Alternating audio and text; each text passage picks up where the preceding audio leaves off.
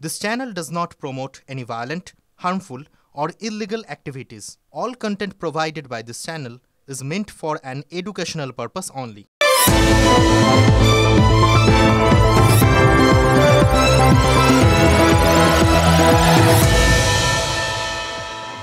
একটা প্রশাসনের বিরুদ্ধে লড়াই, কিন্তু এই লড়াই জেতা যাবে না। পুলিশ প্রশাসন, কলেজ কর্তৃপক্ষ এবং টিএমসিপির যারা নেতা আছে, এদের বিরুদ্ধে লড়াই করার পক্ষে আমার পক্ষে সম্ভব নয়। কেন টিএমসিপি কেন বলছি? যেহেতু সিনিয়র স্টুডেন্টরা আছে। আমার প্রশ্ন, কেন আমার মেয়ে সুইসাইড করবে? আমরা 3:30 সময় মনে হয় ট্রেন থেকে নেমেছি, সেই যে আমার গার্ড দিল, আপনার গাড়ি করে নিয়ে গেল একদম কলেজে পৌঁছে একটা আপনার হোস্টেলের ডাক্তারির হোস্টেল, ওটা ওইখানে আমাদের রাখলো। হ্যাঁ, দিয়ে ওইখান থেকে 8টার সময় আপনার আমার মেয়েকে দেখালো। ওরা তিলোত্তমার বাবা মা নন, অথবা ওরাও তিলোত্তমারই বাবা মা।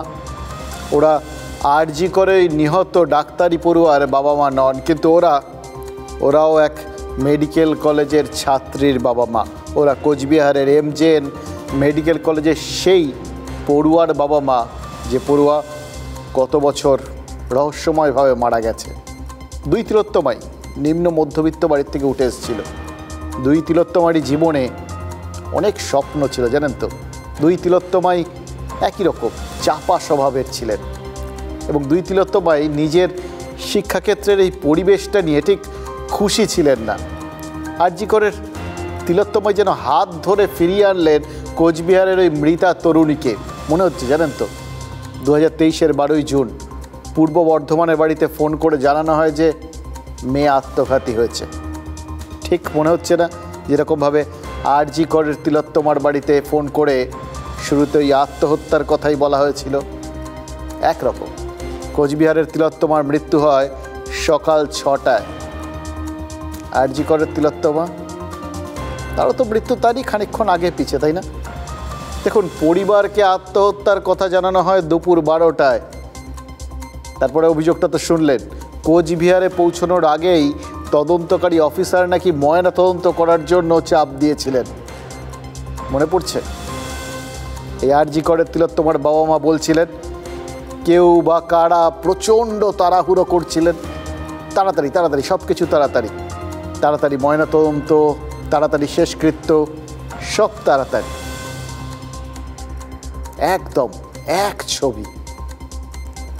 ওই কোচবিহারের তিলোত্তমার বাবা মা জানিয়েছেন, হোস্টেলের যে ঘরে দেহ উদ্ধার হয়েছে সেখানে তাদের যেতে দেওয়া হয়নি। হাসপাতালে পৌঁছানোর অনেক পরে মেয়ের দেহটা তাদের দেখতে দেওয়া হয়। আবার আরজি করে ফিরে আসছি। কতক্ষণ বসে থাকতে হয়েছিল আরজি করের ওই তিলোত্তমার বাবা মাকে মেয়েকে শেষবার দেখার জন্য, মনে আছে? এই অভিযোগগুলো তো আরজি করের ক্ষেত্রেও উঠেছিল, একদম same to same, carbon copy, তাই না? আর এখানেই সংশয়টা হচ্ছে, কারণ আরজি করের তিলোত্তমার মৃত্যুর পর তো আমরা জানতে পেরেছি গোটা বাংলার সবকটা মেডিকেল কলেজে একই সিস্টেম চলে, একই ট্র্যাডিশন, সব জায়গায় একরকম। যেন দেখে মনে হবে একটা মেডিকেল কলেজে, সেখান থেকে আরেকটা মেডিকেল কলেজ, সব জায়গায় ফ্র্যাঞ্চাইজি দেওয়া আছে। আসলে রেসিপিটা এক জিনিস সেখানে সার্ভ করা হয়। আরজি করের এই তিলোত্তমার মৃত্যুতে পদে পদে ধামাচাপা দেওয়ার চেষ্টা হয়েছিল, দেখতে পাচ্ছি তো। এবার সেগুলোর পরতে রহস্য রয়েছে।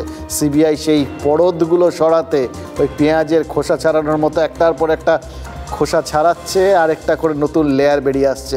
আর যে কত লেয়ার সামনে আসবে ভগবান জানে। রোজই কিছু না কিছু নতুন আসছে, আজকেও এসছে, বলবো আপনাদের। কোচবিহারেও তো তাই, সেখানেও তো প্রতি পদে সন্দেহ।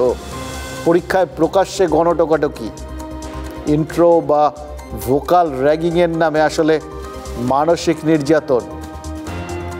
এমন নির্যাতন যেটা ওই ফ্রেশার্স ওয়েলকাম পার্টির পর একজন পড়ুয়াকে ডিপ্রেশনে পাঠানোর জন্য যথেষ্ট। যা করার দরকার সব করা হয়েছে বলেই তো অভিযোগ ওখানে। এবং সবথেকে বড় কথা, কোচবিহারের তিলোত্তমা যেদিন আত্মঘাতী হন বলে শোনা গেছিল, সেদিন বিকেলে সিনিয়র কোনো ছাত্রীর সঙ্গে তার সমস্যা হয়েছিল বলে তার পরিবারের সন্দেহ। আরজি করেও কিন্তু সেরকমই একটা বিষয় সামনে আসছে। দেখুন, এতগুলো অভিযোগ, এতগুলো ক্লু থাকা সত্ত্বেও কেন কিছু বাজিয়ে দেখেনি পুলিশ? মেয়েটির 3 রুমমেট আর পুরুষ বন্ধুকেও তো রহস্যজনকভাবে সরিয়ে দেয় কলেজ কর্তৃপক্ষ। কেন? এই প্রশ্নগুলো কোচবিহারের এমজেএন হাসপাতালের ডাক্তারি ছাত্রীর বাবা মাকে তোলার সুযোগ করে দিলেন কে? তার নাম তিলোত্তমা, আরজি করের তিলোত্তমা। যে কেন 6.5 ঘন্টা পর আমাকে খবর দেওয়া হলো? কারণ প্রিন্সিপাল আমাকে নিজে বলেছিলেন যে সকাল 6:30টায় আমরা জানতে পারি যে আপনার মেয়ে এই করেছে। তাহলে আমরা সকাল 6:30টায় যদি ওরা খবর জানতে পারে যে মেয়ে আত্মহত্যা করেছে, তাহলে 6 ঘন্টা থেকে 6.5 ঘন্টা পর আমাকে কেন জানানো হলো? 3টে মেয়ে বলতো, মা জানো তো এরা একদম ভালো নয়, একদম দেখ তুই তাহলে মিশিস না ওদের সঙ্গে, অন্য বন্ধু আছে তো। সব কিছু যেন আড়াল করা হচ্ছে। যে 3টি মেয়ে আমার মানে প্রিয় বান্ধবী ছিল, 3 জন, তাদেরকে কিন্তু সব বাড়ি পাঠিয়ে দিল, বললো হসপিটালে আছে, তারা কোমায় আছে, ইত্যাদি ইত্যাদি বলে তাদের সঙ্গে কোনো যোগাযোগ করতে দিল না। আমি যা নয় তাই এরা আমাকে বলে। সেই দিন রাতে একটা আপনার কোনো ঝামেলা হয়েছে হোস্টেলের, ওই হোস্টেলের সবাই জানে। আর আমার মেয়ের মতো নিরীহ মেয়েরা, ছেলেরা কখনো হোস্টেলে পড়তে যেও না। বিচার পেল না এবং আমি মনে করি আগামী দিনে বিচার পাবেও না। এই যে আরজিকর কাণ্ডে যে এত তোলপাড় হয়ে গেল, সারা ভারতবর্ষ তোলপাড় হয়ে গেল, তাতে করে এখনও পর্যন্ত আপনার ধর্ষকরা ধরা পড়লো না এবং প্রকৃত দোষী যারা তারা ধরা পড়লো না। সুতরাং আমার এই মেয়ের ব্যাপারটা একটা ক্ষুদ্রাতি ক্ষুদ্র জিনিস, এতে করে কিছু পাবো নাকি? পাবো না। এক সন্তান হারা বাবা মার এই বুক ফেটে বেরিয়ে আসা কথাগুলো কতগুলো বড় বড় প্রশ্নের সামনে আমাদের দাঁড় করিয়ে দিচ্ছে না? মনে হচ্ছে না এই নিরীহ ছেলে মেয়েগুলোকে যারা মেডিকেল কলেজে পড়তে গেছে ডাক্তার তৈরি হবে বলে, তাদের এইভাবেই হোস্টেলে হোস্টেলে ঝুলে মরতে হবে নাকি? দেখুন, মেডিকেলে প্রবেশিকার ফর্মে এমন কোনো শর্তের কথা পড়েছি বলে তো মনে পড়ে না। যাবে পড়তে, ডাক্তার হতে, ফিরবে নিথর দেহ হয়ে, লেখা আছে কোথাও? আরেকটা কথা, নিরীহদের রক্ষা করার জন্যই তো প্রশাসন বেতন পায়, এ ব্যাপারেও তো কারোর কোনো সন্দেহ থাকার কোনো অবকাশ নেই, তাই না?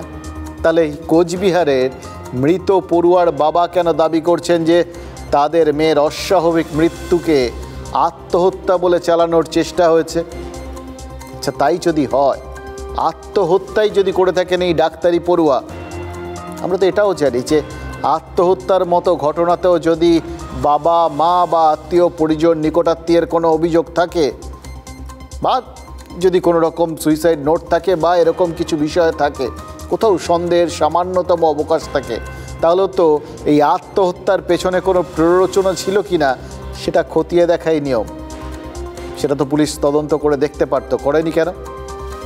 এটা 1 নম্বর পয়েন্ট। দ্বিতীয়, ময়না তদন্তকারী চিকিৎসকের দাবি, তিনি আমাদের অনেক চাঞ্চল্যকর তথ্য দিয়েছেন, জানেন তো? ডাক্তার তনয় মহন্ত জানিয়েছেন তৎকালীন এমএসভিপি কয়েকজন ছাত্রকে নিয়ে এসে তাকে চাপ দিয়েছিলেন। আত্মহত্যার ঘটনা হলে এমএসভিপি চাপ দিয়েছিলেন বলে অভিযোগটা উঠবে কেন? কিসের জন্য এই চাপটা তৈরি করা হলো?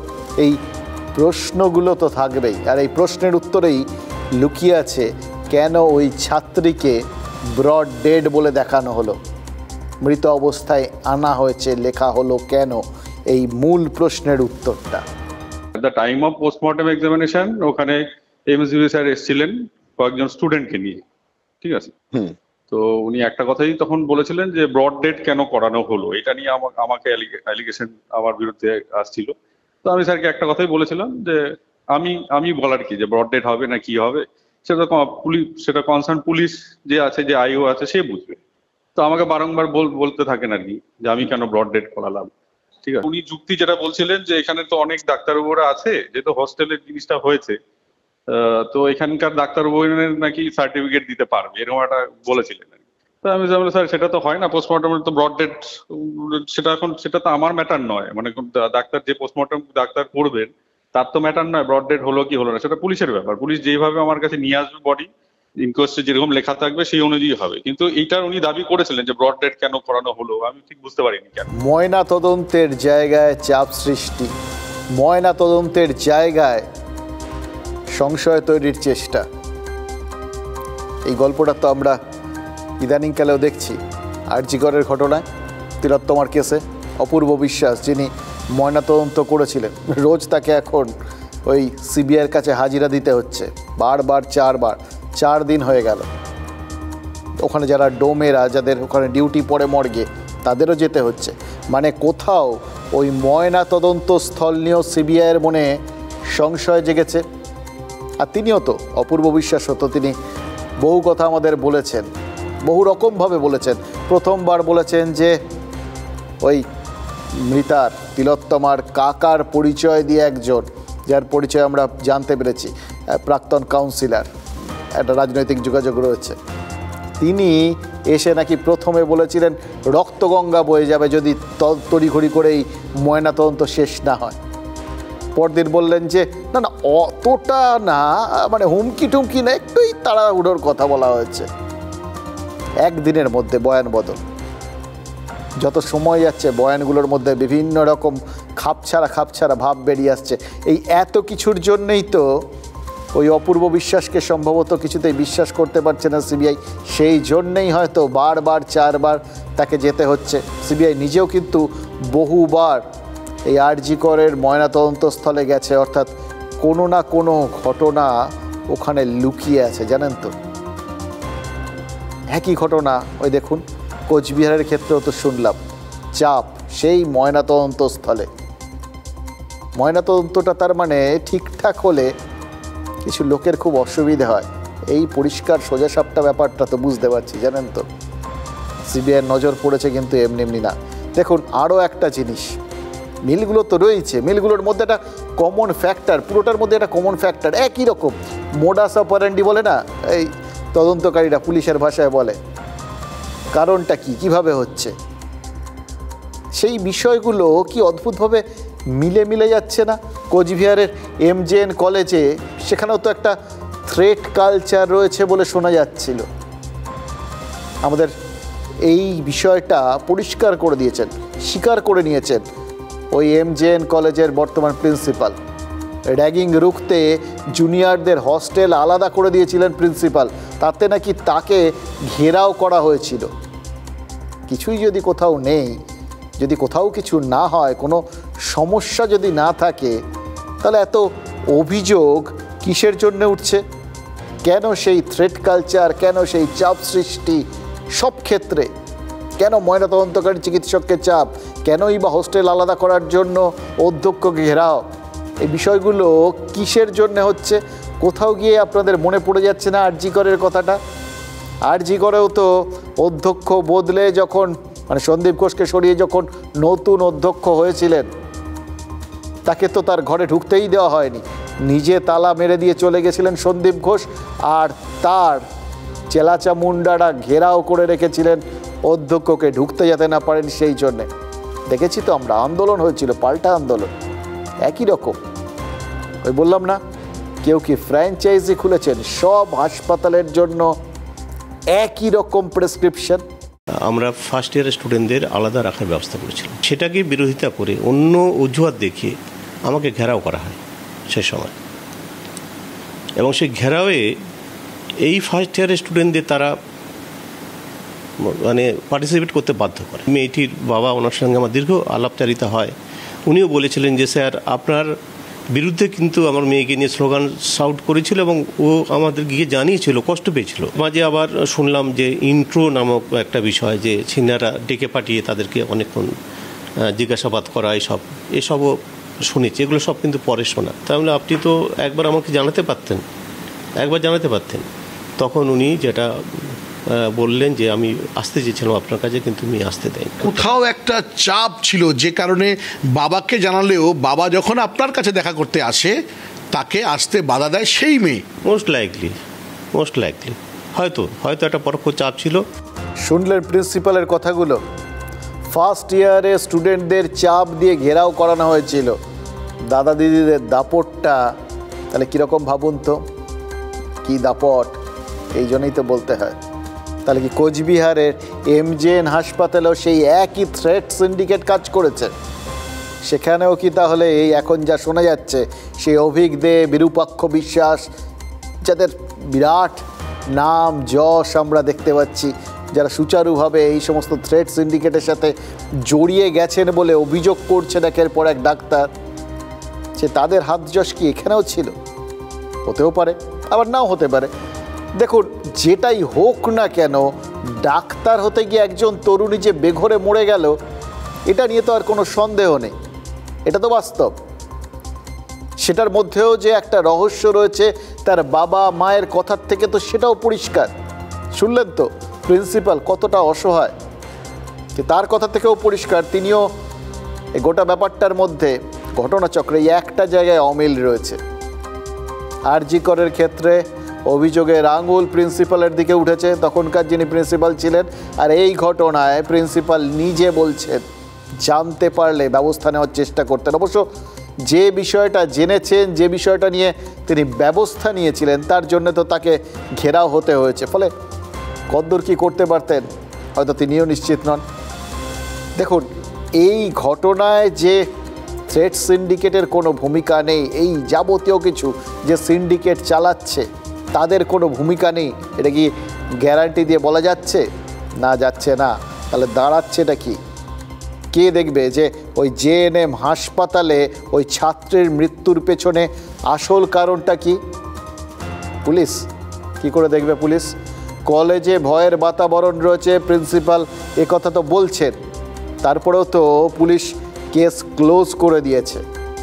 একবারও তো খোঁজার চেষ্টা করেনি। যদি আত্মহত্যাই হয়, যদি ধরে নেয় আত্মহত্যা বলেছে যেরকম, তাহলে তার কারণটা কি? কে প্ররোচনা দিয়েছে? তার পেছনে কারণ ছিল কিনা, ইন্ধন ছিল কিনা, খুঁজেছে? তাহলে তারা এখন কারণটা খুঁজবে কি করে? দেখুন, পুলিশের যদি কোনো রকম দায়িত্ব না থাকে, তাদের নিজেদের মনের কোনো যদি কোনো সন্দেহ তৈরি না হয় এরকম সব ঘটনা দেখেও, এবং তারা যদি মনের কোণে আশেপাশে যারা এর মধ্যে জড়িত কোনো না কোনোভাবে ভুক্তভোগী, তাদের মনের কোণের সন্দেহটা যদি দূর করতে না পারে পুলিশ, তাহলে বাবা মায়েরা ছেলে মেয়েকে নির্ভয়ে ছাড়তে পারবেন? আর কোথাও নিশ্চিন্তে পড়তে পাঠাতে পারবেন? অথচ আমরাই তো জানি যে আজকের দিনে ওই ছেলে মেয়েকে আঁচলের তলায় রাখার কোনো আর সিস্টেম নেই, সেই সিস্টেমটা উঠে গেছে। এখন ছেলে মেয়েদের বাইরে পড়তে পাঠানোটাই তো সিস্টেম হয়ে গেছে। এবার ডাক্তাররা বলছেন এই সিস্টেমটাই পচে গেছে। সিস্টেম যদি পচে যায়, তাহলে সেই পচা সিস্টেমে আমরা কি করে আশা করব ভবিষ্যতের ফুলেরা ফুটবে? নাকি ওই পচা টচার মধ্যে থেকে ভালো করে ব্যাঙের ছাতার মতো, ছত্রাকের মতো যে জিনিসগুলো বেরোবে, সেগুলোকেই আমাদের ফুল বলে ধরে নিতে হবে? এবং আমরা দেখছি প্রত্যেকটা ঘটনাতেই যেখানে এই ধরনের দুর্ভাগ্যজনক ঘটনা ঘটছে, সেখানে তারা প্রতিবাদ করলেও কোনো ব্যবস্থা নেওয়া হচ্ছে না। এটা কিন্তু খুব চিন্তার বিষয়। এভাবে যদি চলতে থাকে তাহলে পরে আমাদের স্বাস্থ্য দপ্তর কোথায় গিয়ে পৌঁছবে? গোটা সিস্টেম পচে গেছে। মানে একটা কথা আছে যে পেঁয়াজের খোসা ছাড়ানো, পেঁয়াজের খোসা ছাড়াতে ছাড়াতে আদতে পুরোটাই পেঁয়াজের খোসা থাকে। আমাদের স্বাস্থ্য দপ্তরের ভেতরটা এতটা পচে গেছে না, খোসা ছাড়াতে ছাড়াতে ভেতরটা পুরোটাই পচে গেছে, ওখানে আর কোনো সারবস্তু কিচ্ছু দেখা যাচ্ছে না। এই হেলথ সিন্ডিকেট প্রাণঘাতী সিন্ডিকেট, বহু প্রাণ গেছে এদের জন্য। কেউ আত্মহত্যা করতে বাধ্য হয়েছে, বা কোনোটাকে হয়তো আত্মহত্যা বলে চালানোর চেষ্টা হয়েছে, আমরা জানি না। যদি এই মিতা ছাত্রীর মা বাবা বিচার চান, আইনের দ্বারস্থ হতে চান, আমরা ওই পরিবারের সঙ্গে দেখা করব, আমরা ওদের কথা শুনব, আইনি বিষয়গুলো আমরা জেনে নেব এবং আমাদের আইনজীবীদের সাথে যোগাযোগ করে আমাদের আইনি সহায়তা সম্পূর্ণ দেব।